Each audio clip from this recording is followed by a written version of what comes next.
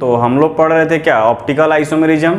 ठीक है, उसी से रिलेटेड कुछ और क्वेश्चंस है जिसको हम क्या करेंगे, यहाँ पे सॉल्व करेंगे ताकि आपका कंसेप्ट क्या हो और क्लियर हो जाए। ठीक है, उसी से रिलेटेड है कि क्वेश्चन क्या है बेटा, देखो यहाँ पे। ठीक है, क्वेश्चन है which of the following will show, which of the following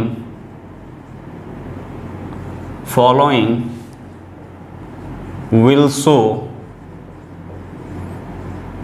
dipole moment, dipole moment। ठीक है, क्वेश्चन है कि कौन है कंपाउंड जो है वो डाइपोल मूवमेंट क्या करेगा, शो करेगा। ठीक, यानी कि हमारे पास जो क्वेश्चन का ये है ऑप्शन, ये carbon carbon double bond Cl Cl ये है, और बी जो है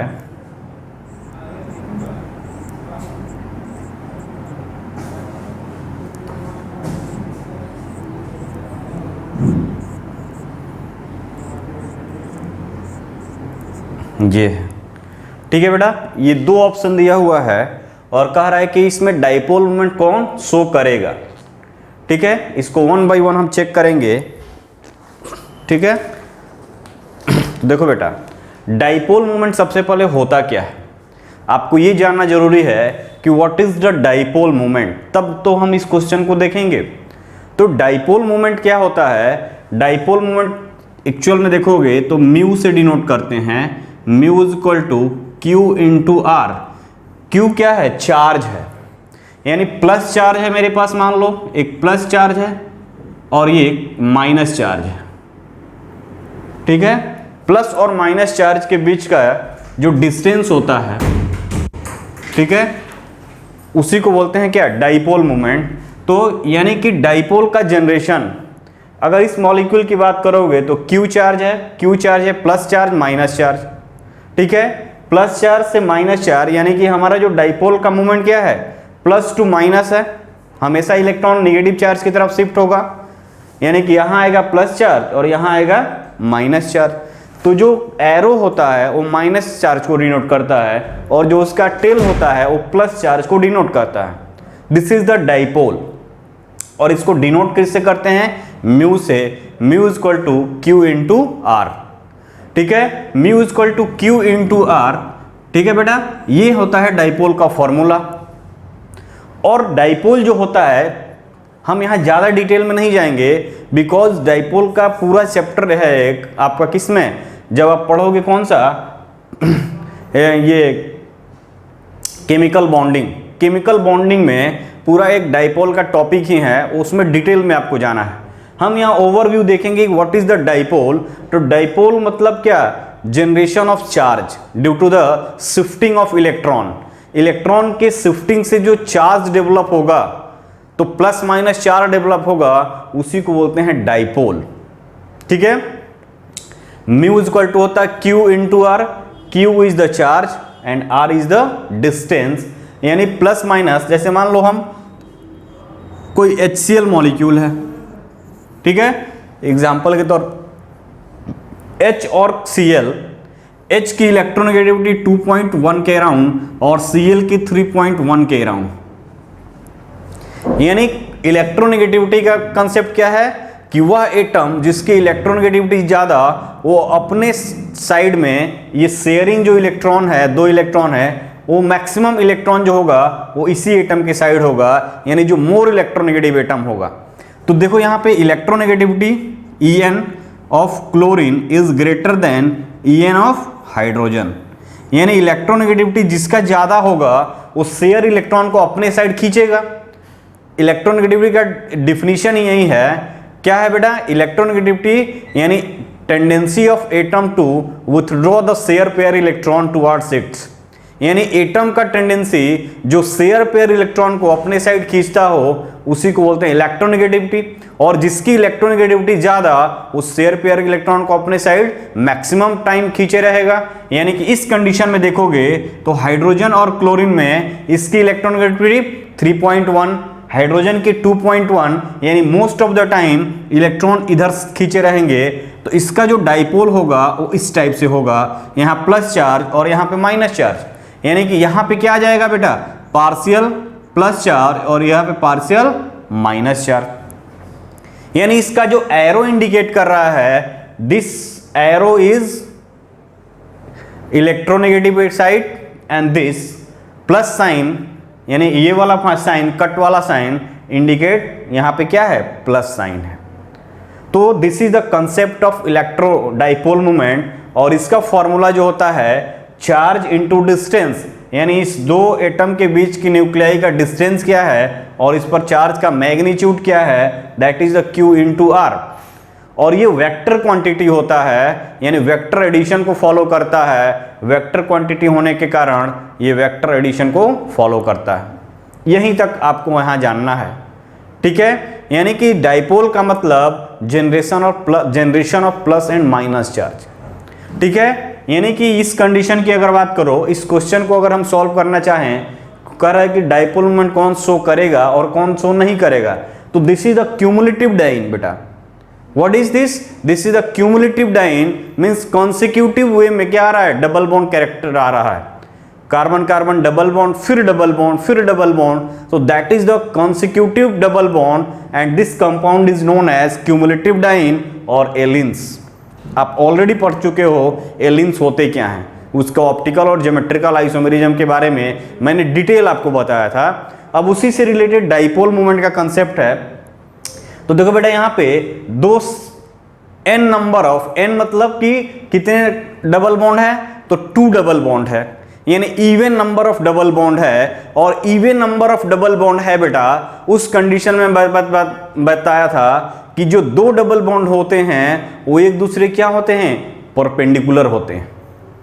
ये ऑलरेडी मैं बताया हूं कि इवन नंबर अगर डबल बॉन्ड है तो यानी ये एक दूसरे के, ये this is 1 double bond, okay, this is 1 double bond. तो तुमको देखने से ऐसे दिख रहा है, इस बोर्ड पे है तो एक कार्बन, 2 कार्बन और सेंटर में एक कार्बन है, 2 डबल बॉन्ड दिख रहा है, बट एक्चुअल में this double bond is perpendicular to each other. अब ये दोनों डबल बॉन्ड एक दूसरे के परपेंडिकुलर हैं, यानी क्वेश्चन में तुमको ऐसे लिखा हुआ है। एक्चुअल में होगा क्या कि एक्चुअल में ये होना चाहिए था, एक एबव होना चाहिए था, तो एक क्या होना चाहिए था, बिलो होना चाहिए था। परपेंडिकुलर है, अगर ये प्लेन में है तो ये आउट ऑफ प्लेन है। डबल बॉन्ड और ऐसे है तो ये ग्रुप क्लोरीन इधर और ये वाला क्लोरीन मान लो क्या है, पीछे वाला है, और ये प्लेन में है। तो इस तरह से कंडीशन है ये, बट एक्चुअल में ये ऐसे नहीं लिखा रहेगा तुमको, ये तुमको खुद अंडरस्टूड होना पड़ेगा, ये तुमको खुद अंडरस्टैंड करना पड़ेगा कि ये है क्या। यानी n क्या है बेटा, n is even number, n क्या है, n जो है 2 है, यानी डबल बॉन्ड 2 है, इवन नंबर है, यानी इवन है। तो इवन है तो क्या होगा बेटा, यहाँ पे ये प्लेन में है तो दूसरा आउट ऑफ प्लेन है, और जब दूसरा आउट ऑफ प्लेन है तो देखो यहाँ पे क्या होगा बेटा, डाइपोल मोमेंट का कंसेप्ट देखो। अगर हम बात करें यहाँ पे तो कार्बन की इलेक्ट्रोनेगेटिविटी, यहाँ पे देखो कार्बन, इस कार्बन की इलेक्ट्रोनेगेटिविटी सेम है, कोई फर्क नहीं पड़ता, इसका भी सेम है। इलेक्ट्रोनेगेटिव डिफरेंस कहाँ है, इस कार्बन और क्लोरीन में। तो क्लोरीन की इलेक्ट्रोनेगेटिविटी अभी हमने लिखा 3.1 और कार्बन की 2.5, तो electronegativity of chlorine is greater than electronegativity of carbon. पता है तुमको, अभी मैं बताया हूं कि इलेक्ट्रोनेगेटिविटी किसका ज्यादा है, क्लोरीन की। तो क्लोरीन की इलेक्ट्रोनेगेटिविटी ज्यादा होने के कारण ये क्या होगा,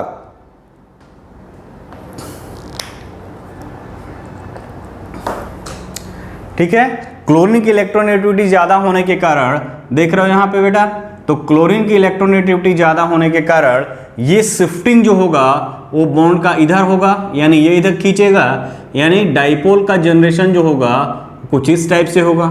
इधर भी देखोगे तो डाइपोल का जनरेशन, यानी नेगेटिव चार्ज इस पर आएगा, प्लस चार्ज यहां आएगा। ठीक है, इस कंडीशन में भी यहां भी देखोगे तो ये इधर खींचेगा, ये इधर, यानी ओवरऑल इलेक्ट्रॉन का विथड्रॉइंग किधर हो रहा है, क्लोरीन के साइड में, यानी मोर इलेक्ट्रोनेगेटिव एटम के साइड में। ठीक है, अब देखो यहां पे वेक्टर एडिशन को फॉलो कर रहा है, तो यहां पे देखोगे तो नेट रिजल्ट इसका इधर आएगा। बट यहां पे देख रहे हो एक्चुअल में तो ये प्लेन में नहीं है, ये हाफ मॉलिक्यूल प्लेन में है और ये हाफ मॉलिक्यूल एक दूसरे से परपेंडिकुलर है। यानी कि ये जो मॉलिक्यूल है हाफ जो है प्लेन में है और हाफ वाला क्या है बेटा, परपेंडिकुलर है। तो दोनों का जो नेट डाइपोल मोमेंट होगा वो कैंसिल आउट नहीं होंगे, दोनों का नेट डाइपोल मोमेंट क्या होगा, कैंसिल नहीं होगा इस कंडीशन में। इसलिए फर्स्ट वाला क्या हो जाएगा, इसके पास डाइपोल मोमेंट होगा, यानी ये क्या होगा, डाइपोल मोमेंट शो करेगा।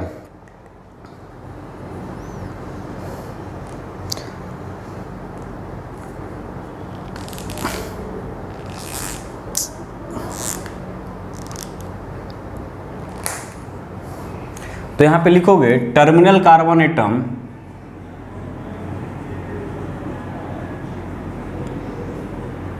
Terminal carbon atom are not in plane with terminal carbon atom are not in plane with middle carbon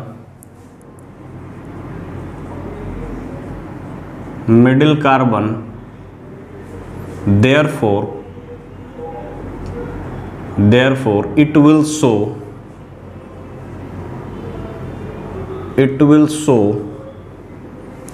dipole moment.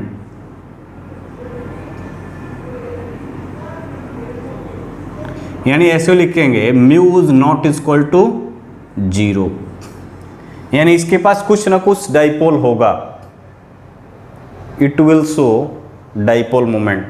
ठीक है, यानी mu is not equal to 0, यानी कुछ ना कुछ रिजल्टेंट इसके डाइपोल होंगे, बिकॉज ये इधर खींच रहा है, ये इधर खींच रहा है, इसका रिजल्टेंट इधर आया, ये इधर, इसका रिजल्टेंट आउट ऑफ प्लेन है, प्लेन में एक साथ नहीं है, तो दोनों क्या हैं, कुछ ना कुछ डाइपोल मोमेंट शो करेंगे। ठीक है बेटा,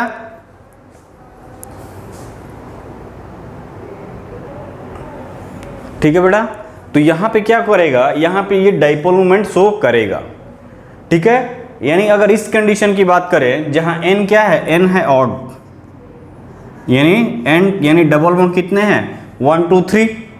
तो देखो बेटा ये दोनों क्या हैं, ये इधर खींचेगा, इसका डाइपोल इधर, ठीक है, ये इधर खींचेगा, यानी इसका डाइपोल इधर, तो नेट रिजल्टेंट इसका इधर।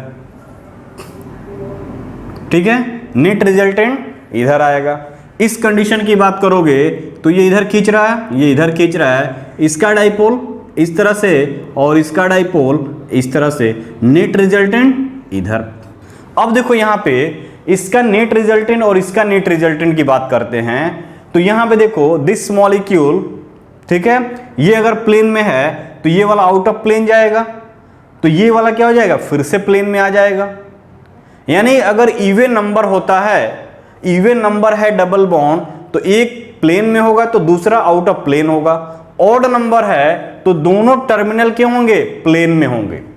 ये दिमाग में बैठा लो, अगर ऑड नंबर है कार्बन कार्बन डबल बॉन्ड, उस कंडीशन में ये क्या होते थे, ज्योमेट्रिकल आइसोमेरिज्म शो करते थे, और इवन में रहते थे तो ऑप्टिकल आइसोमेरिज्म शो करते थे। Why, because in even number both the pi bond यानी both the terminal carbon are in perpendicular to each other, whereas in even number both the terminal carbon are in plane to each other. That is the basic concept. What is the basic concept?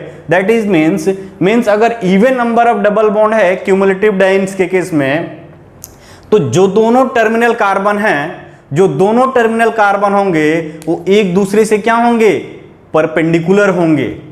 ये एक दूसरे के group perpendicular हैं, but यदि यही odd number में आ गया बेटा, तो देखो ये प्लेन में होगा तो ये आउट ऑफ प्लेन जाएगा, तो फिर से ये प्लेन में आ जाएगा, यानी कि ऑड नंबर होगा तो both the terminal carbon are in plane to each other, एक दूसरे के प्लेन में होंगे। तो देखो एक दूसरे के जब प्लेन में होंगे तो इसका नेट रिजल्टेंट क्या हुआ डाइपोल का, इस डायरेक्शन में और इसका इस डायरेक्शन में, दोनों 180 पोजीशन कैंसिल आउट हो जाएंगे, यानी नेट डाइपोल मोमेंट क्या होगा, 0। ठीक है, तो नेट डाइपोल मोमेंट क्या हो जाएगा यहां पे, ये हो गया हमारा नेट डाइपोल मोमेंट। और यहां पे देखो इसका नेट डाइपोल मोमेंट, इस बी का नेट डाइपोल मोमेंट। ठीक है, net dipole moment, bond angle 180, 0 cancel out हो गया। जो इससे डाइपोल जनरेट हुआ और जो इससे डाइपोल जनरेट हुआ वो एक दूसरे के इक्वल स्ट्रेंथ के थे, इक्वल मैग्नीट्यूड के थे, दोनों का कैंसिल आउट हो गया, यानी नेट डाइपोल मोमेंट क्या हो जाएगा, 0। यानी मॉलिक्यूल क्या है, पोलर नहीं है, पोलरिटी नहीं है, डाइपोल मोमेंट नहीं है, यानी molecule is a non polar molecule. Polar और नॉन पोलर का यही कंसेप्ट है कि मॉलिक्यूल में अगर पोलरिटी है यानी डाइपोल जनरेट हो रहा है तो दैट इज द पोलर, यदि डाइपोल जनरेट नहीं हो रहा है, कैंसिल आउट हो रहा है उसका रिजल्टेंट, तो डाइपोल मोमेंट 0। जैसे मान लो एक और कंपाउंड ले लो, जैसे ये है CCl, Cl, Cl and Cl, इसका भी डाइपोल मोमेंट चेक करो तो ये इधर भेजेगा, ये इधर जाएगा, ये इधर जाएगा, ये इधर जाएगा, एक दूसरे के कैंसिल आउट कर रहे हैं, ये जितने स्ट्रेंथ से इधर, ये उतने स्ट्रेंथ से इधर, ये इतने स्ट्रेंथ से इधर, उतने ही स्ट्रेंथ से, यानी ये भी डाइपोल मोमेंट क्या हो जाएगा, म्यू इज इक्वल टू 0।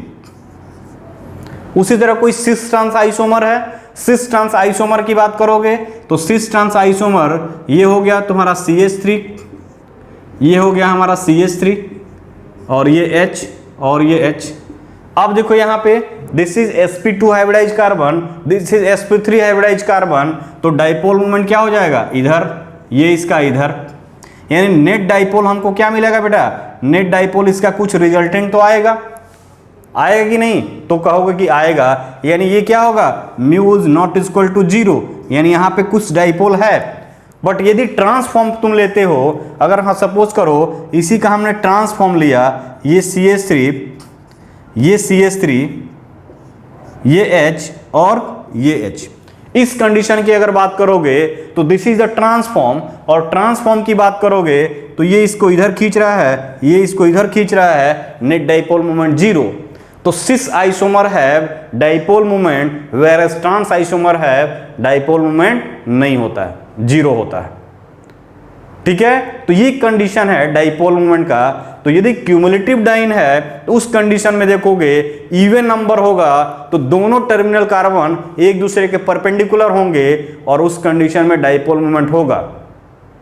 यदि ऑड नंबर है तो ये एक दूसरे के क्या हैं, एक दूसरे के प्लेन में है, तो वहां पे ग्रुप जो अटैच है उसके अकॉर्डिंग हम देखेंगे, यानी कि अगर ऑड नंबर है तो क्या होगा, ऑप्टिकल ये डाइपोल मोमेंट 0।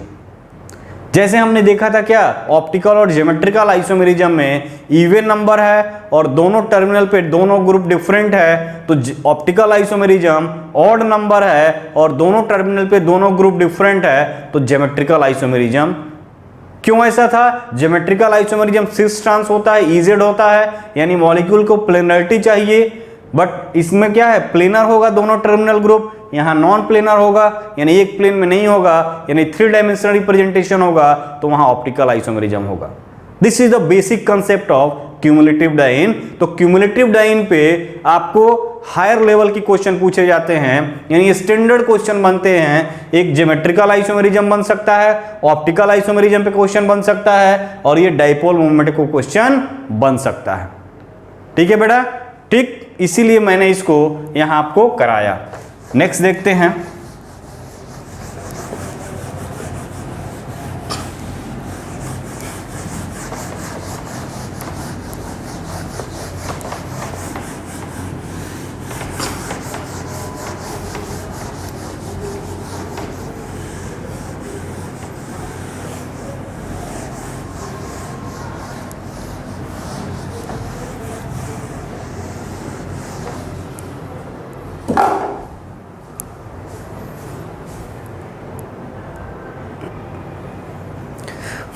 नेक्स्ट क्वेश्चन देखो बेटा, नेक्स्ट क्वेश्चन क्या कह रहा है कि identify the A chiral and chiral molecule in the following pair of compounds.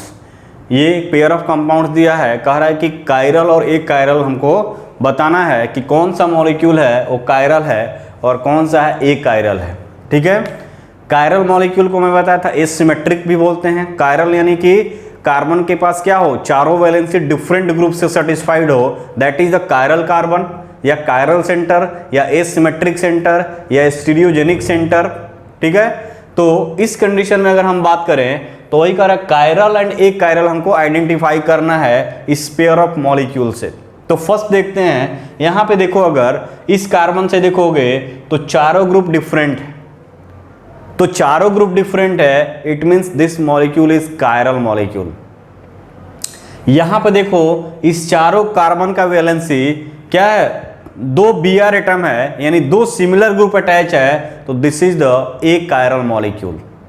तो this is chiral and this is achiral. Next move करते हैं, यहां पे देखो CH3 group OH above the plane, जो सॉलिड वेज होता है above the plane, और डैश जो होता है बिलो। ये ऑलरेडी मैं 3 डायमेंशनल रिप्रेजेंटेशन बताया था ऑर्गेनिक कंपाउंड में, तो वहां पे मैं बताया हूं इसके बारे में, अभी आगे भी आएगा, तो आपको यहां घबराने की जरूरत नहीं है। ये कायरल सेंटर हमारे हुआ, कैसे हम वन वे में आइडेंटिफाई करेंगे कि this is the chiral centre. यहां पे देखो, यहां पे डैश लाइन स्ट्रक्चर है, यानी 2 हाइड्रोजन होगा, तो सीधे 2 हाइड्रोजन यानी सिमिलर ग्रुप अगर दिख रहा है तो कायरल होगा ही नहीं। तो यही दिख रहा है हमको फर्स्ट ऑफ ऑल, यानी यहाँ पे OH ग्रुप है, एक H ग्रुप है, एक मेथाइल ग्रुप है, और this is propyl group C3H7 propyl group. यानी इस कायरल सेंटर पे, इस कार्बन पे देखोगे this is the chiral carbon. ठीक है, यहाँ पे इस कार्बन पे देखो, इस कार्बन पे हमने देखा, तो इस कार्बन पे देखो तो चारों group OH group, H group, methyl group और प्रोपाइल ग्रुप डिफरेंट है। बट इस कार्बन पे देखोगे, इस कायरल सेंटर के रिस्पेक्ट में देखोगे H और OH 2 different group, but CH2CH3 this group is similar, this group is similar, यानी ये क्या है बेटा, ये chiral, this is chiral, this is chiral and this is A chiral. इस कंडीशन के देखो तो दिख रहा है CH3 CH Br C2H5 यानी CH2 CH3। इस कार्बन पे देखो 2 हाइड्रोजन है, एक Br है, यानी this is the chiral molecule. यानी चारों ग्रुप क्या है यहाँ पे, ऐसे कर दो इस पे, तो चारों ग्रुप यहाँ पे क्या होंगे बेटा, डिफरेंट हो गए, यानी this is the CH2 CH3। ऐसे नहीं दिख रहा है तो यहाँ पे देखोगे तो दोनों हाइड्रोजन है, 2 हाइड्रोजन है, यानी H, ये H और यहाँ पे Br कर दो। बाकी ये सब तो एक कायरल है, 2 H2 सिमिलर ग्रुप है, तो यहाँ पे देखोगे तो this carbon is attached to 4 different group. The valency of this carbon is satisfied by 4 different group, that is the chiral centre and this is the achiral. तो chiral यानी optically एक chiral centre है, always optically active होगा। ठीक है, तो ये था क्या ऑप्टिकल आइसोमेरिज्म से रिलेटेड क्वेश्चंस। नेक्स्ट सेगमेंट पे मूव करेंगे आज, तो क्या है देखते हैं।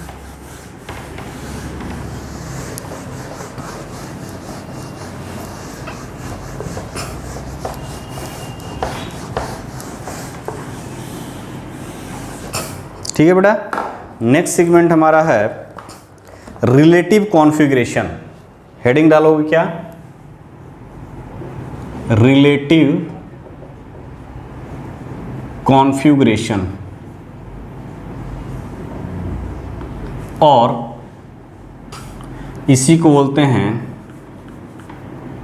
Capital D and L configuration.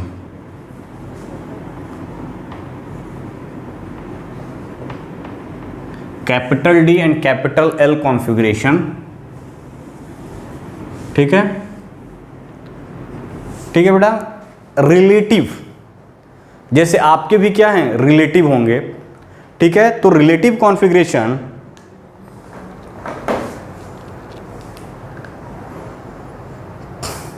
Relative configuration मतलब होता क्या है कि किसी के रिलेशन में, किसी के रिस्पेक्ट में किसी का कॉन्फ़िगरेशन चेक करना, that is the relative configuration. और इसी को डीएल क्यों बोलते हैं वो बात की बात है। रिलेटिव वर्ड ही आया, यानी हम एक दूसरे से ह्यूमन बीइंग ही हैं, तो हमारे एक दूसरे के रिलेटिव भी हैं, ठीक है। तो रिलेटिव कॉन्फ़िगरेशन के रिस्पेक्ट में अगर हम बात करें तो रिलेटिव कॉन्फ़िगरेशन में देखते हैं कि किसी एक के रिस्पेक्ट में किसी दूसरे का कॉन्फ़िगरेशन विड्रॉ करना, उसका कंपेयर करके देखना, that is the relative configuration. एक स्टैंडर्ड हमने बना दिया, उस स्टैंडर्ड के रिस्पेक्ट में दूसरा अगर मॉलिक्यूल का कॉन्फ़िगरेशन चेक करना है, that is the relative configuration. तो डी एंड एल नोटेशन, तो D L sign does not indicate the rotation of plane polarized light. Small d and small l is denote the rotation of plane polarized light, but capital D and capital L denote the relative configuration of the molecule. That is the basic difference between capital D, capital L and small d, small l. अगर आप पढ़ रहे हो, कोई आपसे पूछ रहा है, आप कहीं सफ़र कर रहे हो, पूछेगा बेटा किस क्लास में पढ़ते हो, ठीक है। अगर मेरी तरह टीचर पढ़ गया तो पूछेगा किस क्लास में पढ़ते हो, तो बोलोगे 11th में पढ़ते हैं। तो क्वेश्चन पूछेगा, बेसिक चीज़ है, अगर बताओ आइसोमेरिज्म चैप्टर पढ़े हो तुम, तो कैपिटल डी, कैपिटल एल और स्मॉल एल में क्या डिफरेंस है बेटा, तो क्या आंसर दोगे तुम। तो अगर आंसर नहीं दोगे तो जो सामने वाला तुमसे क्वेश्चन पूछेगा वो टीचर को ही गाली देगा, तुमको नहीं गाली देगा, वो टीचर को ही गाली देगा कि साला कुछ पढ़ाया नहीं होगा, ठीक है बेटा। तो आज मैं आपको बता रहा हूं बेसिक डिफरेंस क्या है वहां पे। बेसिक डिफरेंस क्या है, तो बेसिक डिफरेंस है small D and small L designate for the rotation of plane polarized light of optically active molecule. Simple way में स्मॉल डी और small L related to optical isomerism, यानी rotation of plane polarized light. If molecule rotate clockwise then it is designated as small d, and if rotate anti-clockwise then designated as small l, यानी dextro-rotatory and लीवो-रोटेटरी। कई बार मैंने repeat किया, but sir here capital D and capital L is used to denote the relative configuration of molecule with respect to a standard one। एक standard मानक को respect में हम किसी भी मॉलिक्यूल का रिलेटिव कॉन्फ़िगरेशन निकालते हैं, वहां पे हम capital D and capital L का यूटिलाइज करते हैं। तो this is the basic difference between small d, small l, capital D, capital L। Okay बेटा, तो रिलेटिव कॉन्फ़िगरेशन पे हम फिर से लौट कर आते हैं। तो यहां पे लिखोगे DL, यहां पे लिखोगे DL does not define the capital D and capital L does not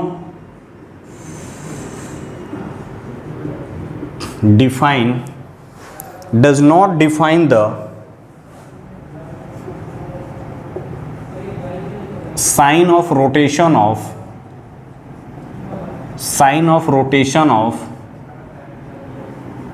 plane polarized light, PPL light already जानते हो, plane polarized light, but this symbol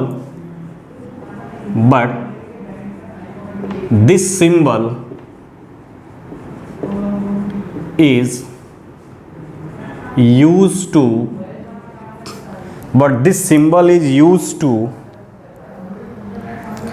relative configuration of, and this symbol is refer to, लिख लो, refer to relative configuration of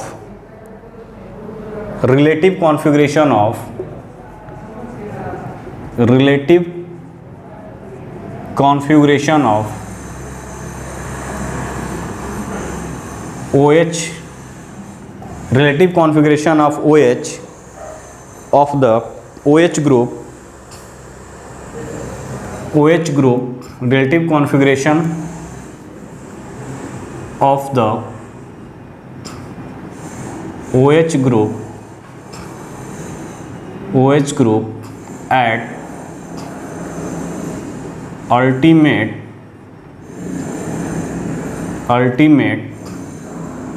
chiral carbon ultimate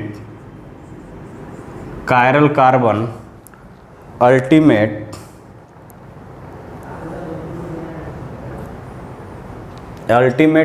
carbon with respect to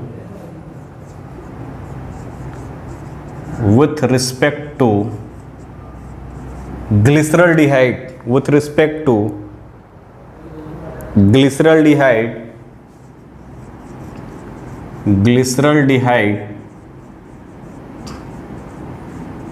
taken as standard.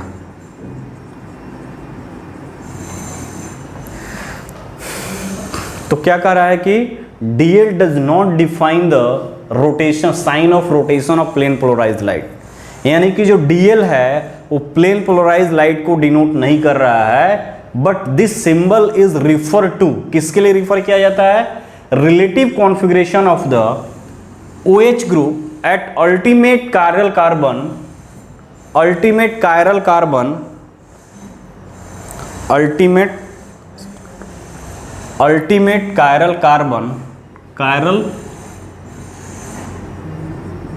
carbon with respect to glyceraldehyde taken as a standard. थोड़ा language तुमको उल्टा लग रहा है, ठीक है। अब देखो यहाँ पे, यानी कि अगर हम बात करें ग्लिसरल्डिहाइड की, तो नेक्स्ट अगर हम लिखते हैं इफ, नेक्स्ट पॉइंट इसी में लिखेंगे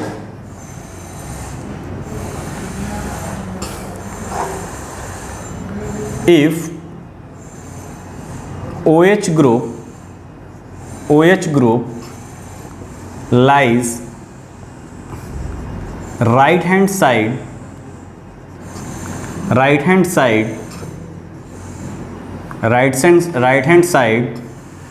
on chiral carbon atom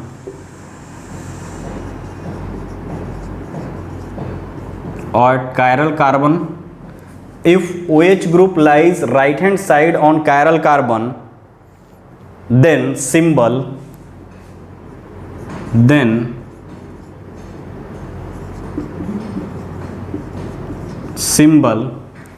D is used, capital D is used.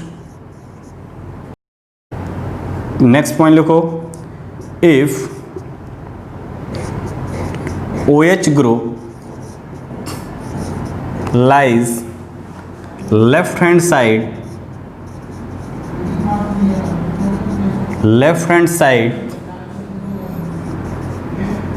on chiral carbon,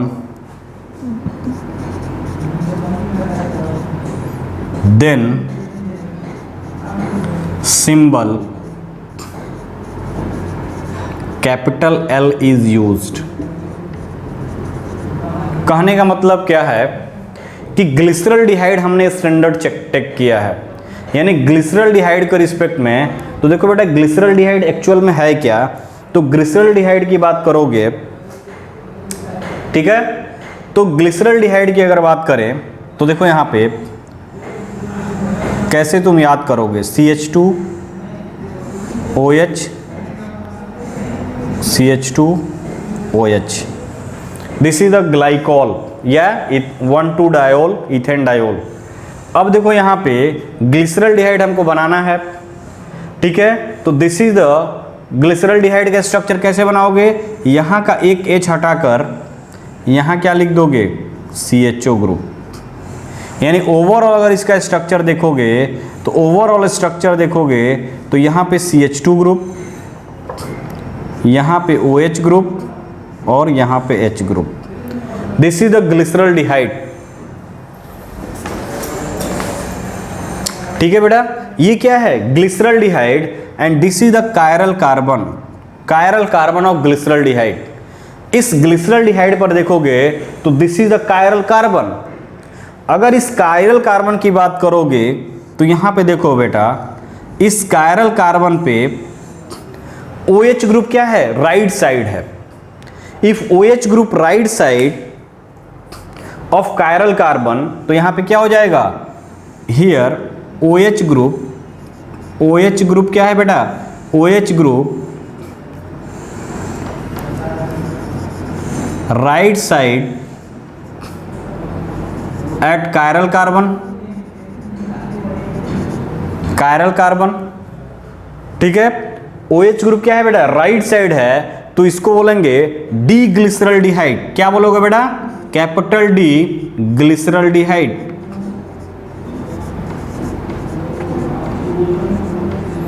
capital D glyceraldehyde. OH group क्या है बेटा, इसके राइट साइड में है, तो इसको हम बोलेंगे D glyceraldehyde, capital D, not small D. Small D is use for optical isomerism, rotation of plane fluoride. Here relative configuration, this is the glyceraldehyde and this glyceraldehyde का कार्बन पे ultimate यानी last का आइडल ही एक ही है इसमें, तो कोई लास्ट का मतलब नहीं है, यानी कि OH ग्रुप क्या है, राइट साइड है, तो इसको बोलेंगे D glyceraldehyde.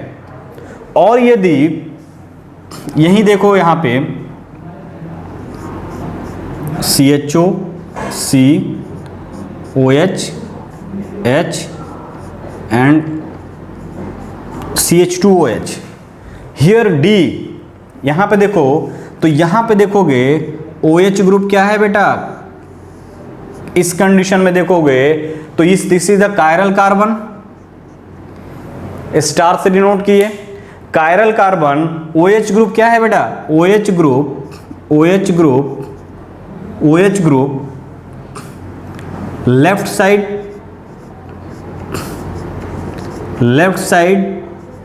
Eight chiral carbon. OH group क्या है बेटा, left side at chiral carbon, तो क्या हो जाएगा यहाँ पे, L glyceraldehyde, capital L glyceraldehyde. This is the concept of relative configuration, ठीक है, यानी स्मॉल डी, कैपिटल L, ठीक है।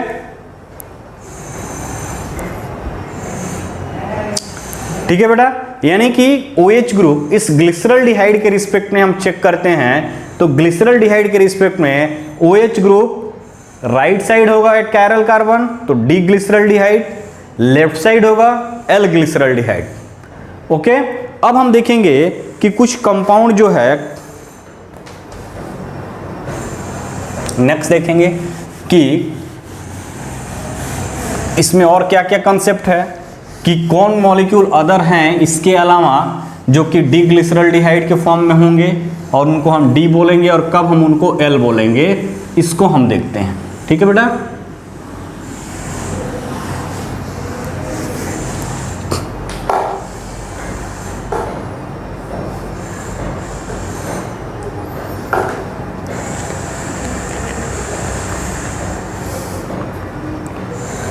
तो देखो यहां पे all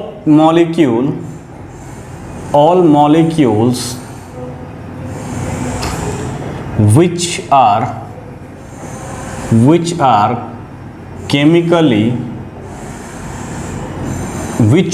all molecules which are chemically related to deglyceraldehyde,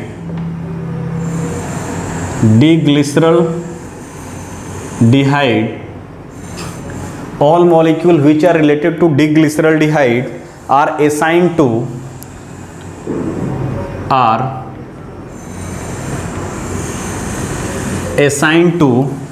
D configuration,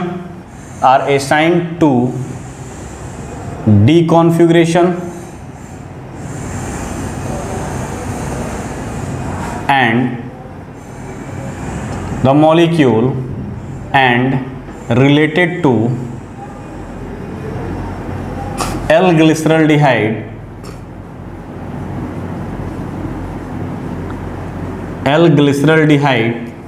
and related to L glyceraldehyde are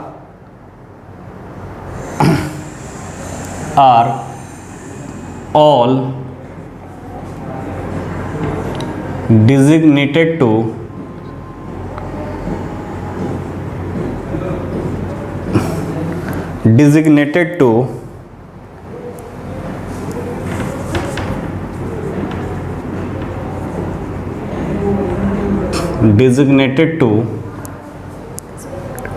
L-glyceraldehyde.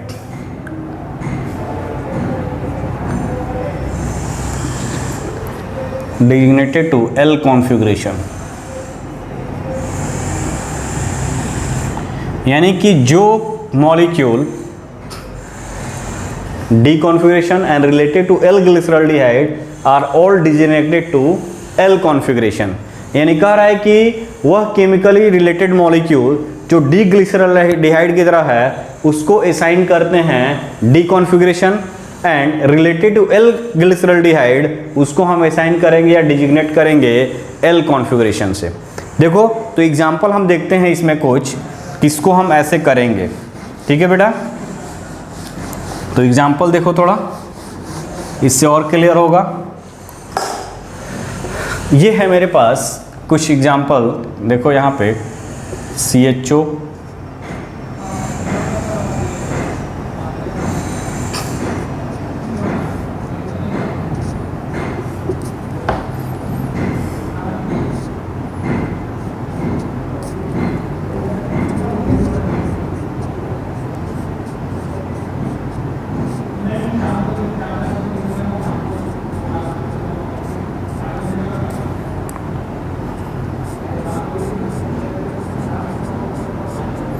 एक मॉलिक्यूल ये है मेरे पास।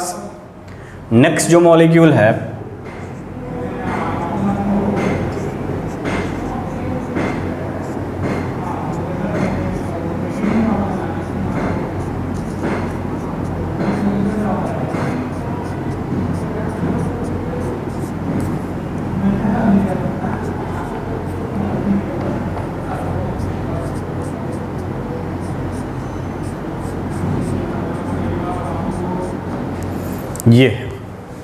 ये दो मॉलिक्यूल है। अगर पूछ रहा है कि which one is D configuration and which one is L configuration, तो करते कैसे हैं बेटा, इसको वन बाय वन देखते हैं। तो फर्स्ट ऑफ ऑल इस मॉलिक्यूल को देखेंगे तो ये है क्या। सबसे पहले हम ये पता करेंगे कि ये एक्चुअल में ये है क्या। तो ये है हमारा ग्लूकोज, ग्लूकोन डी, जो हम पीते हैं, जो हम डेली यूज करते हैं, जैसे दाल, जैसे चावल खाते हैं, रोटी खाते हैं, ब्रेड खाते हैं, उसमें क्या होता है, स्टार्च होता है। तो स्टार्च एक्चुअल में होता क्या है, स्टार्च इज ए पॉलीमर, और उसका मोनोमर यूनिट क्या है, यानी स्टार्च जो बना है वो ग्लूकोज छोटे छोटे मॉलिक्यूल ऐड होके स्टार्च मॉलिक्यूल बनते हैं। ठीक है, यानी कि जो हम डेली यूज में यूज करते हैं कार्बोहाइड्रेट, एक्चुअली वो है क्या, ग्लूकोज ही तो है। अल्टीमेट हमारे बॉडी में जाता है, ब्रेक डाउन होता है, और larger starch molecule ब्रेकन down into glucose, जो कि हम ब्लड में ग्लूकोज लेवल को देखते हैं, मेजर करते हैं। ठीक है, वही है ये ग्लूकोज। अब इस ग्लूकोज को देखोगे तो एक क्वेश्चन इंपॉर्टेंट क्या बनता है यहां से कि how many chiral centre in glucose molecule, how many chiral centre in glucose molecule.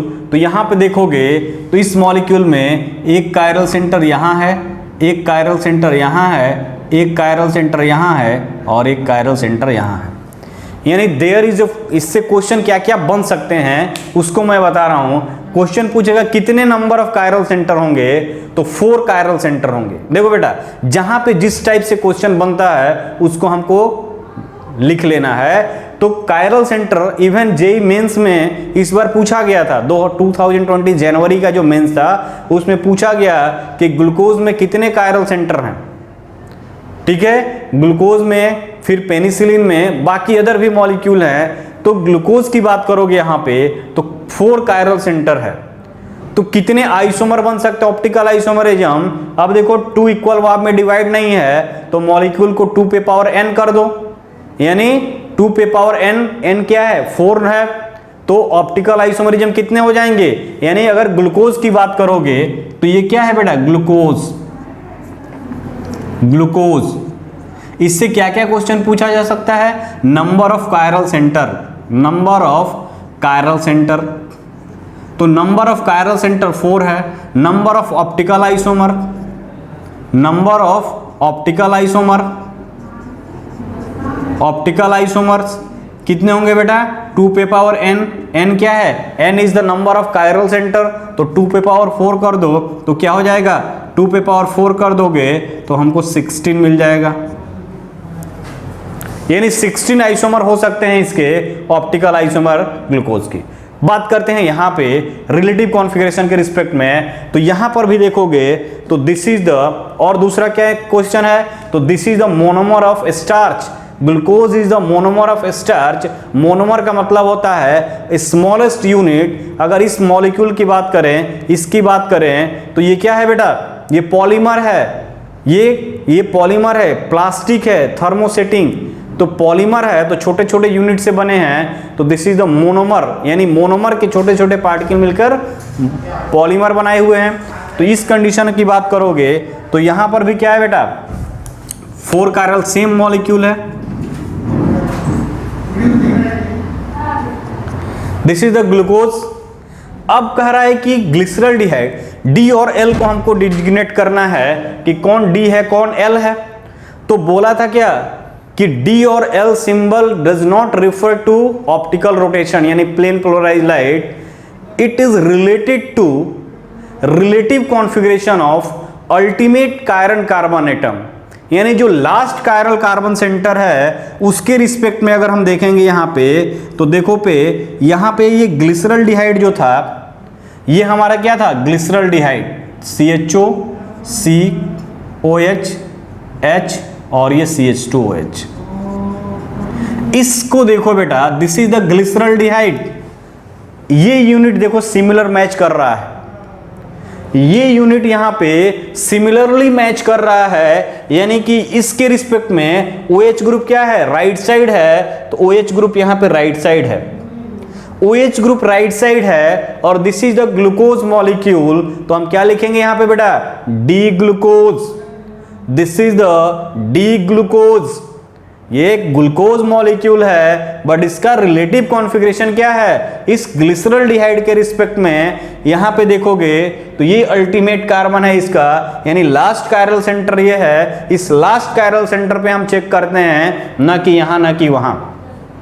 यदि किसी मॉलिक्यूल में एक से ज्यादा कायरल सेंटर होगा तो उसके जो लास्ट कायरल सेंटर है उसी को हम चेक करेंगे, बाकी को नहीं चेक करेंगे रिलेटिव कॉन्फ़िगरेशन के लिए। तो यहां पे देखोगे तो ये कायरल सेंटर है, ये ग्लिसरॉल्डिहाइड है, ये ग्लूकोज है, OH ग्रुप क्या है? राइट साइड है, तो this is the D glucose. इस कंडीशन को चेक करो, OH ग्रुप क्या है? लेफ्ट साइड है, तो this is the L glucose. तो डी ग्लूकोज और एल ग्लूकोज। ओके बेटा, फर्स्ट पॉइंट। अब देखो यहां पे ये जो हम डिनोट करते हैं मॉलिक्यूल का स्ट्रक्चर,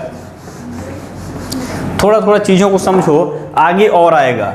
इस तरह से जो डिनोशन किए गए हैं यही तो है, CHO ग्रुप है, यहां OH ग्रुप ऐसे रखा हुआ है सीढ़ी नुमा, ठीक है, लैडर की तरह जो ऐसे ऐसे करके चढ़ते हैं हम लोग, ठीक है। यानी कि इसको बोलते हैं Fischer projection formula.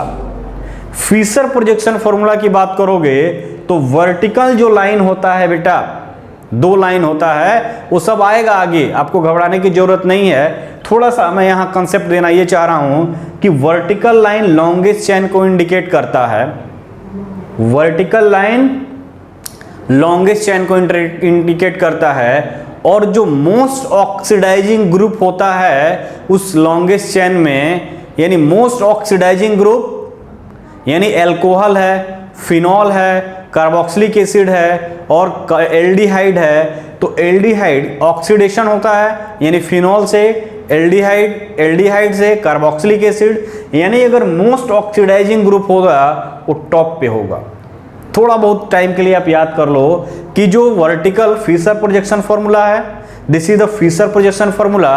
Vertical line longest chain को इंडिकेट करता है, ठीक है, हॉरिजॉन्टल लाइन उससे अटैच कार्बन पे ग्रुप को इंडिकेट करता है, और वर्टिकल लाइन के टॉप मोस्ट पोजीशन पे मोस्ट ऑफ द टाइम हम ऑक्सीडाइजिंग ग्रुप को रखते हैं, यानी एक मॉलिक्यूल में OH ग्रुप है, CHO ग्रुप है और कार्बोक्सिलिक एसिड है, तो most oxidizing group is the carboxylic acid, फिर उसके बाद एल्डिहाइड, फिर उसके बाद alcohol.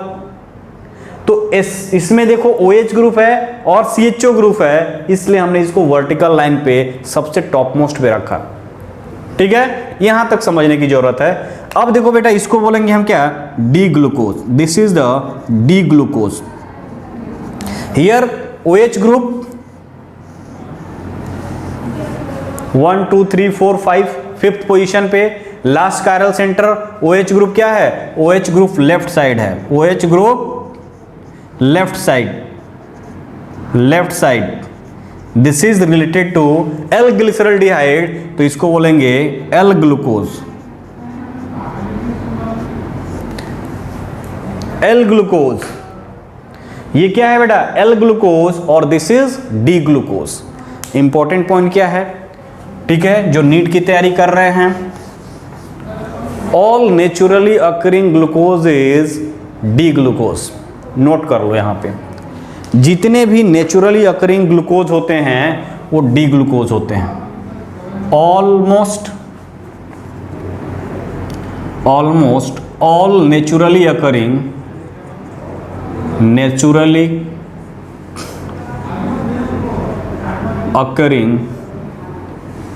Glucose is D glucose.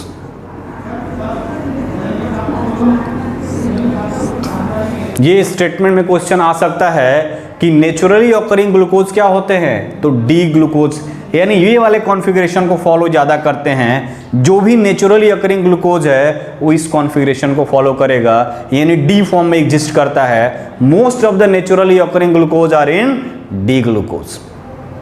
ठीक है बेटा, नेक्स्ट देखते हैं इसी में क्या है। अगर हम अमीनो एसिड की बात करेंगे तो वहां पे भी डी अमीनो एसिड और एल अमीनो एसिड आता है। तो देखो अमीनो एसिड के केस में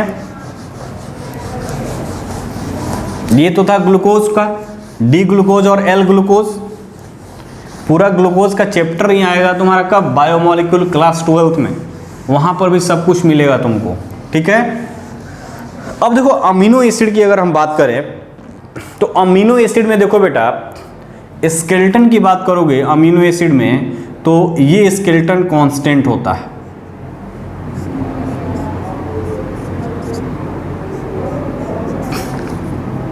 this is the R group.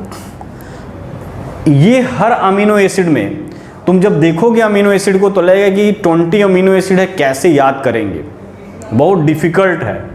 But difficult नहीं है यहाँ पे, क्योंकि सब अमीनो एसिड ग्रुप में जितने भी अमीनो एसिड हैं, 20 अमीनो एसिड हैं, वो उसमें सब में ये जो ग्रुप है, this group is common, this group is common, ये ग्रुप कॉमन होता है। This group is different, this R is vary, this group is vary. ये ग्रुप वेरीज करेगा, ये अमीनो एसिड के केस में हमेशा ये कांस्टेंट रहेगा। ये ग्रुप तो रहेगा, केवल आर चेंज होगा, अमीनो एसिड का नेचर चेंज हो जाएगा, उसका नाम चेंज हो जाएगा, उसकी प्रॉपर्टी चेंज हो जाएगी, हर कुछ चेंज हो जाएगा। तो इस अगर आर को याद कर ले तो तुम्हारा 20 अमीनो एसिड इजी वे में आ जाएगा। वो भी आएगा, जब टाइम आएगा तो मैं बताऊंगा। मुझे बताने का मतलब यहाँ ये है कि इसमें भी एल और डी अमीनो एसिड होता है।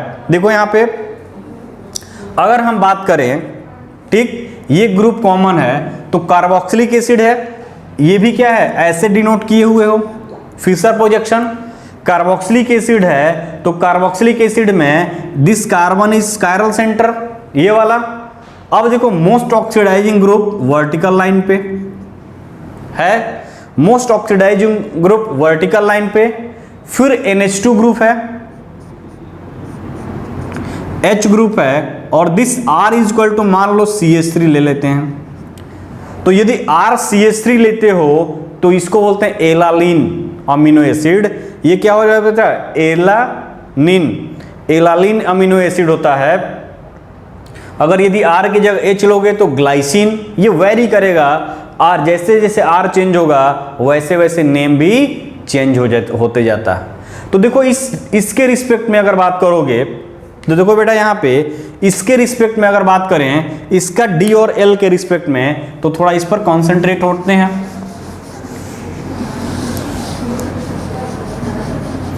This is glyceraldehyde. What is this? This is D glyceraldehyde. D glyceraldehyde, D glyceraldehyde. अगर हम बात करें अमीनो एसिड के कंसेप्ट में बेटा, तो अमीनो एसिड में मैं बताया कार्बन कार्बोक्सिलिक एसिड ग्रुप रहेगा, ठीक है। अगर NH2 ग्रुप ये है एंड दिस इज H और यहां पे CH3, ठीक है। यानी इस कंडीशन की बात करोगे, इस कायरल सेंटर पे, this is a chiral centre, if NH2 group, OH group तो है नहीं, if NH2 group right side of the chiral center, then this is called D amino acid, D form of amino acid। यानी NH2 group कहाँ है बेटा? NH2 group right side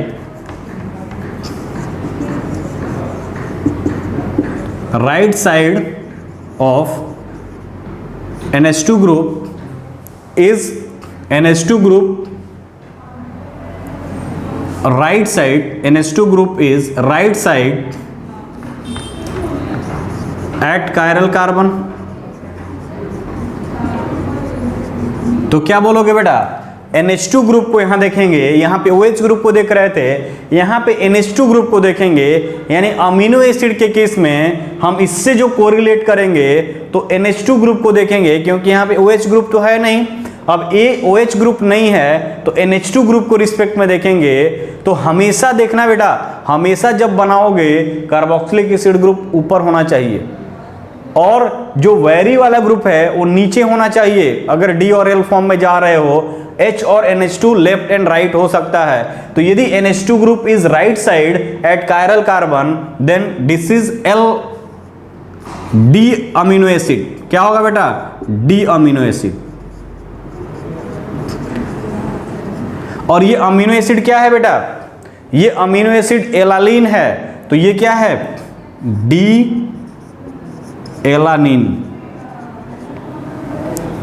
D एलालिन यानी कि ये डी अमीनो एसिड है, तो D form में है। अगर इसी का दूसरा बनाते हैं, ये C, NH2 ग्रुप यहां आ जाए, H ग्रुप यहां आ जाए, COH ग्रुप और ये CH3, this is the chiral centre. इस कायरल सेंटर के रिस्पेक्ट में अगर बात करोगे तो इस कायरल सेंटर के रिस्पेक्ट में ये वाला देखो ग्रुप, यहां पे क्या है बेटा? NH2 group. यार यहां पे लिखोगे NH2 group is left side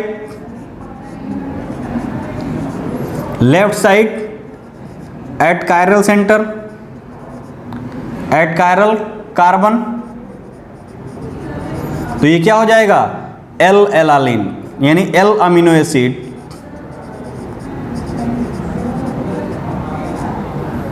और ये क्या है? L एलालिन। तो यहां पे अमीनो एसिड के कंसेप्ट में NH2 ग्रुप को देखेंगे कि NH2 ग्रुप राइट साइड है तो D एलालिन, और NH2 ग्रुप लेफ्ट साइड है तो L एलालिन। ओके बेटा, नोट लिखो यहां पे। क्या लिखोगे? All naturally occurring amino acid is, all naturally occurring amino acids is L amino acid, यानी वो L कॉन्फ़िगरेशन में होंगे। और ऑल नेचुरली अकरिंग ग्लूकोज क्या थे? D कॉन्फ़िगरेशन में थे। तो यहां पे लिखोगे ऑल नेचुरली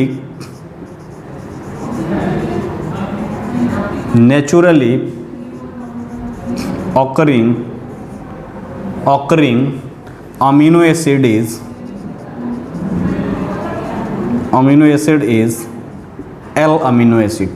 तो ये स्टेटमेंट में आ सकता है बेटा, ठीक है, क्वेश्चन बनाने वाला कुछ भी बना सकता है कि all D glucose, all naturally occurring glucose is D glucose and all naturally occurring amino acid is L amino acid. या दूसरा क्या बना सकता है, all naturally occurring glucose is D, all naturally occurring glucose is L whereas all naturally occurring amino acid is D. तो इस तरह से वेरी करके ऑप्शन बना सकता है। तो ग्लूकोज में डी और अमीनो एसिड में एल को देखेंगे। ठीक है बेटा, तो ये था क्या, रिलेटिव कॉन्फ़िगरेशन ऑफ मॉलिक्यूल। इस पर एक क्वेश्चन देखते हैं।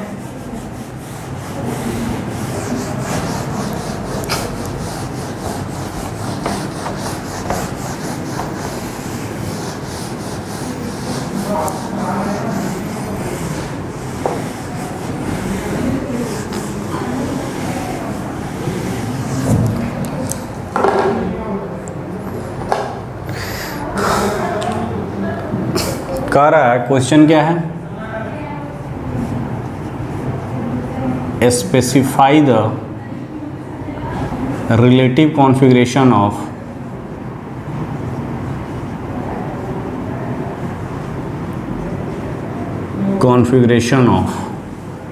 फॉलोइंग कंपाउंड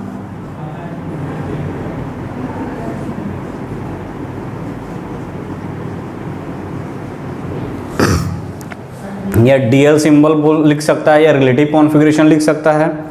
तो फर्स्ट जो है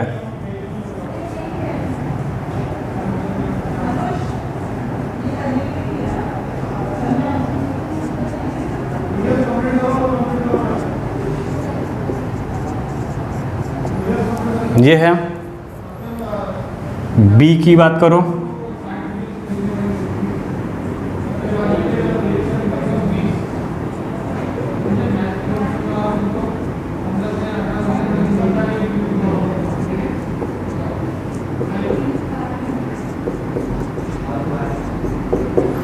ये है, ठीक है। और तीसरा जो है क्या है,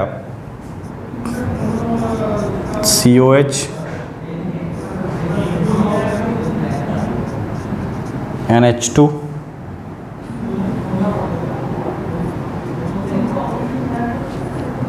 CH3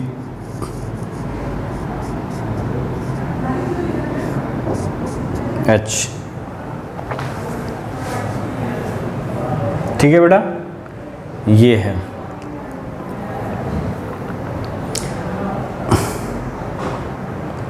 ठीक, अब देखो कह रहा है कि डी और एल कॉन्फ़िगरेशन में डिनोट करना है। तो देखो कायरल सेंटर एक ये है हमारे पास, और कायरल सेंटर हमारा क्या है, ये है।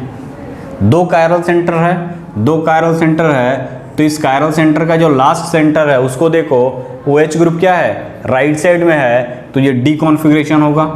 इसका नेम लिख दो, तो नंबरिंग 1 2 3 4 है, यानी क्या 1 2 3 4 2 3 4 ट्राई हाइड्रोक्सी ब्यूटेनल्डिहाइड यानी ब्यूटेनॉल, यानी कि ये डी फॉर्म में है, यानी इसका क्या हो जाएगा, डी कॉन्फ़िगरेशन।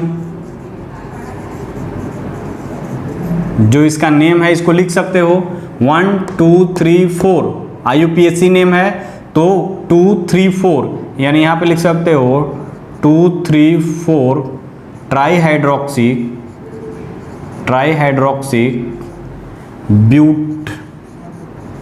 ब्यूटेन 1 ठीक है, ब्यूटेन 1 और ये क्या है, डी कॉन्फ़िगरेशन में।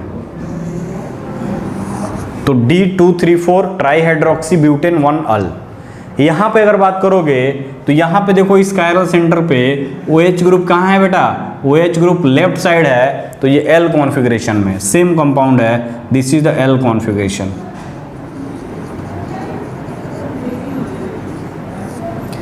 इस कंडीशन को देखो, अमीनो एसिड दिया हुआ है, this is the amino acid, ठीक है। अब इस अमीनो एसिड की बात करोगे, ठीक है, तो देखो ये दिया वेज डैश फॉर्मूला में, हमको किस में जाना है, फिशर प्रोजेक्शन में जाना है। तो अभी तो ये करने लायक तुम कंडीशन में नहीं हो, फिर भी मैं बताता हूँ कि इस वेज डैश को फिशर में कैसे कन्वर्ट करते हैं। फिशर का मतलब होता है कि इस टाइप से प्लस माइनस साइन का, यानी कि प्लस साइन का डिनोट करना, यानी लॉन्गेस्ट चैन वर्टिकल पे और दिस इज हॉरिजेंटल। तो देखो जो एक थोड़ा बहुत आइडिया ले लो यहाँ पे, जो वर्टिकल लाइन इंडिकेट कर रहा है फिशर प्रोजेक्शन में, वो डिनोट करता है बिलो द प्लेन। क्या डिनोट करता है? Below the plane. और ये जो हॉरिजेंटल लाइन है ये डिनोट करता है एबव द प्लेन। तो this vertical line of the Fischer projection formula indicate the group is below the plane, whereas horizontal line of Fisher projection formula indicate group are on above the plane। ठीक है, अब हमको इसको इसमें convert करना है। ये वेज डैश फॉर्मूला को फिशर में कन्वर्ट करेंगे तभी हम रिलेटिव कॉन्फ़िगरेशन बता पाएंगे। यहां पे हमको कुछ नहीं दिख रहा, ये नहीं कि यहाँ NH2 लेफ्ट है तो लिख दोगे, नहीं, इसको इस फॉर्म में ले जाना पड़ेगा तुमको। ये वेज डैश को फिशर प्रोजेक्शन में ले जाओगे तभी तुम बताओगे। ठीक है बेटा, कैसे ले जाओगे? तो सपोज करो तुम्हारा आईज इधर है, तुम इधर देख रहे हो और यहां पे तुम खड़े हो, ये तुम खड़े हो, ये तुम्हारा आई है। ठीक है, इस आई से क्या कर रहे हो? तुम देख रहे हो इसके साइड में। जब तुम देखोगे तो ये दोनों ग्रुप तुम्हारे साइड दिख रहा है। जब ये दोनों ग्रुप तुम्हारे साइड दिख रहा है, यानी ये तुम्हारे साइड दिख रहा है, तो एबव द प्लेन यानी टुवर्ड्स द वीवर, यानी हमको ये दोनों साइड इधर दिख रहा है तो ये एबव द प्लेन। और वर्टिकल लाइन क्या इंडिकेट कर रहा है? एबव द प्लेन, यानी यहां पे NH2 ग्रुप हो सकता है, NH2 ग्रुप हो सकता है और यहां पे CH3 ग्रुप। ठीक है, और ये देखो COH group, most oxidizing group कहाँ है बेटा? ये टॉप पे होगा, अभी मैं बताया, और हाइड्रोजन यहाँ हो जाएगा। यानी जो प्लेन में है उसको, जो ऑक्सीडाइजिंग मोस्ट ऑक्सीडाइजिंग ग्रुप है उसको वर्टिकल लाइन के टॉप पे रख दो, और जो उसके नीचे है यानी कि उसको नीचे रख दो। अब यहाँ पे आई लगाओ इन दोनों के बीच में, ये जो एबव और बिलो ग्रुप है उनके बीच में अपना आई लेकर जाओ, खड़ा होकर ऐसे देखोगे तो ऐसे जब तुम देखोगे बेटा, ऐसे जब तुम देखोगे तो ये एक जो है बिलो वाला भी तुम्हारे साइड दिखेगा और एबव वाला भी तुम्हारे साइड दिखेगा, क्योंकि तुम उन दोनों के बीच से देख रहे हो। एक्चुअल में ये ग्रुप कैसे थे बेटा? एक एबव द प्लेन है और तुम ऐसे देख रहे हो, ये एबव द प्लेन है और this group is below the plane, और तुम इसी के बीच से देख रहे हो, ऐसे देख रहे हो। जब ऐसे देख रहे हो तो दोनों ग्रुप तुम्हारे साइड दिख रहे हैं। जब हमारे साइड व्यूअर के साइड दिख रहे हैं यानी एबव द प्लेन है, तो above the plane horizontal line indicate कर रहा है, उसीलिए हमने इसको यहां पे पुट कर दिया। अब रख दिया, लेकिन अमीनो एसिड का कंसेप्ट की बात करोगे तो अमीनो एसिड में CH3 ग्रुप क्या होना चाहिए? नीचे होना चाहिए। H हमारा यहां है। अब हम क्या करेंगे? एक्सचेंज करेंगे। तो कभी भी एक्सचेंज जब करते हैं तो 90 डिग्री का एक्सचेंज नहीं करते हैं, यानी कि इसके बीच में अगर एक्सचेंज किए तो इसको भी एक्सचेंज करना पड़ेगा। यानी हमको ओवरऑल इस ग्रुप को यहां लाना है, इस ग्रुप को यहां लाना है। तो कैसे एक्सचेंज करोगे? तो कैसे एक्सचेंज करोगे इस ग्रुप को यहां लाने के लिए? तो एक बार इसको यहां करो, ठीक है, एक बार इसको यहां करोगे तो हाइड्रोजन यहां जाएगा, तो हाइड्रोजन यहां जाएगा, फिर इसको ग्रुप्स को एक्सचेंज करोगे तो NH2 यहां आ जाएगा, हाइड्रोजन, यानी 2 टाइम एक्सचेंज करोगे। यानी हमको क्या, हमको इस कॉन्फ़िगरेशन में लेकर जाना है बेटा।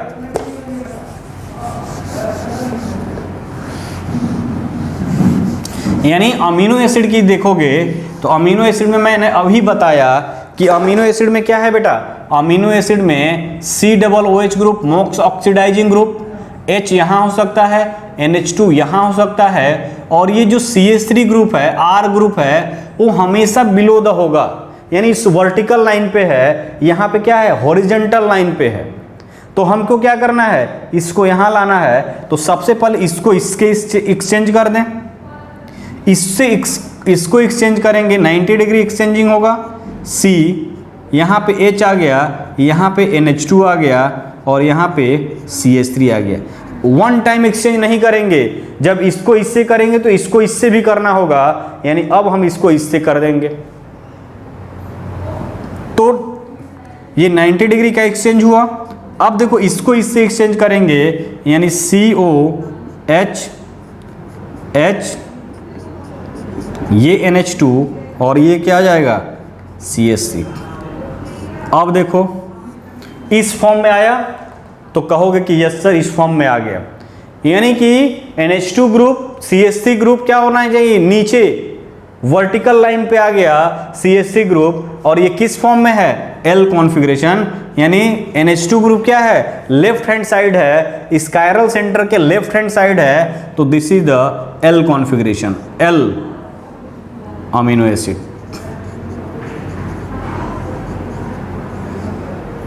L अमीनो एसिड के फॉर्म में है, यानी L एलालीन है जो अभी देखा तुमने। तो ये L कॉन्फ़िगरेशन है, तो इस तरह से हम क्या करते हैं, D और L को डिनोट करते हैं।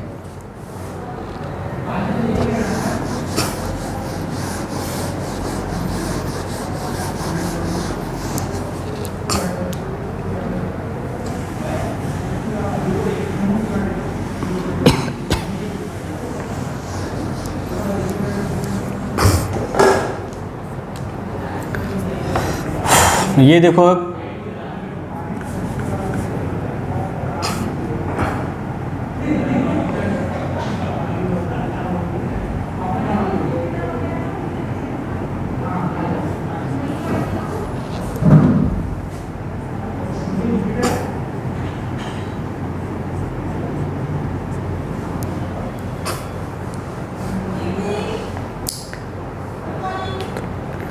अब देखो बेटा यहां पे इस कंडीशन की बात करोगे तो ये क्या है, अमीनो एसिड है बेटा, ये OH ग्रुप के रिस्पेक्ट में नहीं जाओगे, this is the amino group, ये R ग्रुप क्या है, this R group, this is the R group, ये R ग्रुप था, ये amine group, COH group, H group, ये R ग्रुप है, यानी हम कायरल सेंटर क्या देखेंगे, ये वाला हम कायरल सेंटर को रिस्पेक्ट में देखेंगे कि ये L है कि D है, यानी कि ये हमारा R ग्रुप है, अमीनो एसिड का ग्रुप है, और ये देखो ये इसका स्केलेटन एज इंटैक्ट है, तो इस अमीनो एसिड को बोलते हैं थ्रियोनिन। व्हाट इज दिस,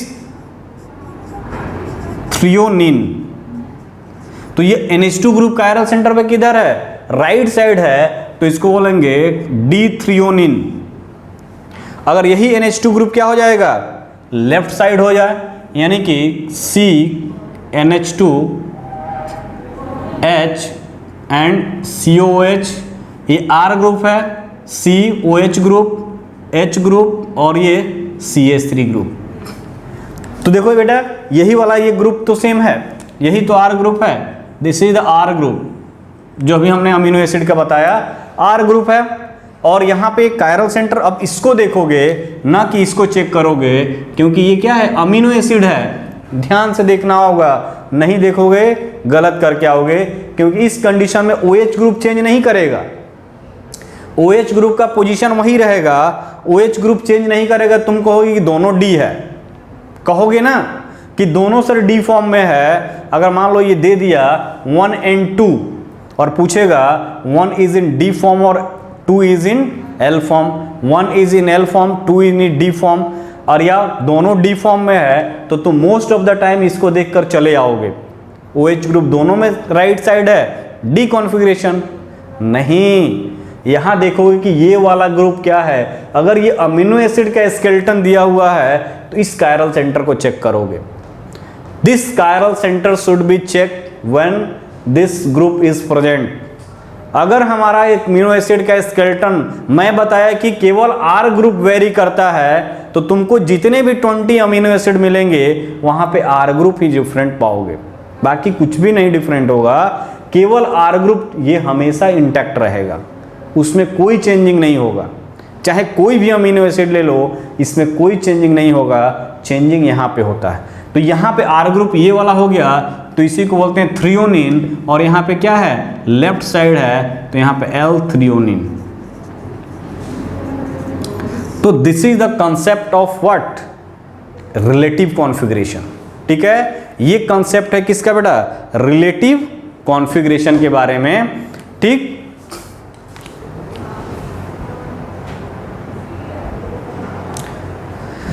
अब नेक्स्ट लेक्चर में हम लोग देखेंगे क्या कि और इसमें क्या क्या चीजें हैं। ठीक है, यानी रिलेटिव कॉन्फ़िगरेशन हुआ। नेक्स्ट लेक्चर में हम लेकर आएंगे आपके लिए इरीथ्रियो एंड थ्रियो नोटेशन। इरीथ्रियो कब बोलेंगे, थ्रियो नोटेशन कब बोलेंगे, ये कब यूज करेंगे, इन तमाम चीज़ों को हम वहाँ पे डिस्कस करेंगे। ओके बेटा, आज इस लेक्चर को यहीं क्लोज करते हैं। तो थोड़ा अमीनो एसिड में आप अलर्ट रहिएगा। अगर इस तरह से क्वेश्चन आए तो इस तरह से गलत होने के चांसेस 100% होता है, तो यहाँ पे आप थोड़ा सा अपने आई ओपन रखेंगे। ठीक है, आप इसको नोट करिए, अच्छे से करिए। जो भी स्टूडेंट सीट को ले गया है एट ए टाइम लिमिटेशन में उसको सॉल्व करिए, सबमिट करिए और नेक्स्ट सेट लेकर जाइए। ठीक है, तो ये स्ट्रेटजी अगर आप अपनाएंगे तो आपका रिजल्ट कोई रोक नहीं सकता है।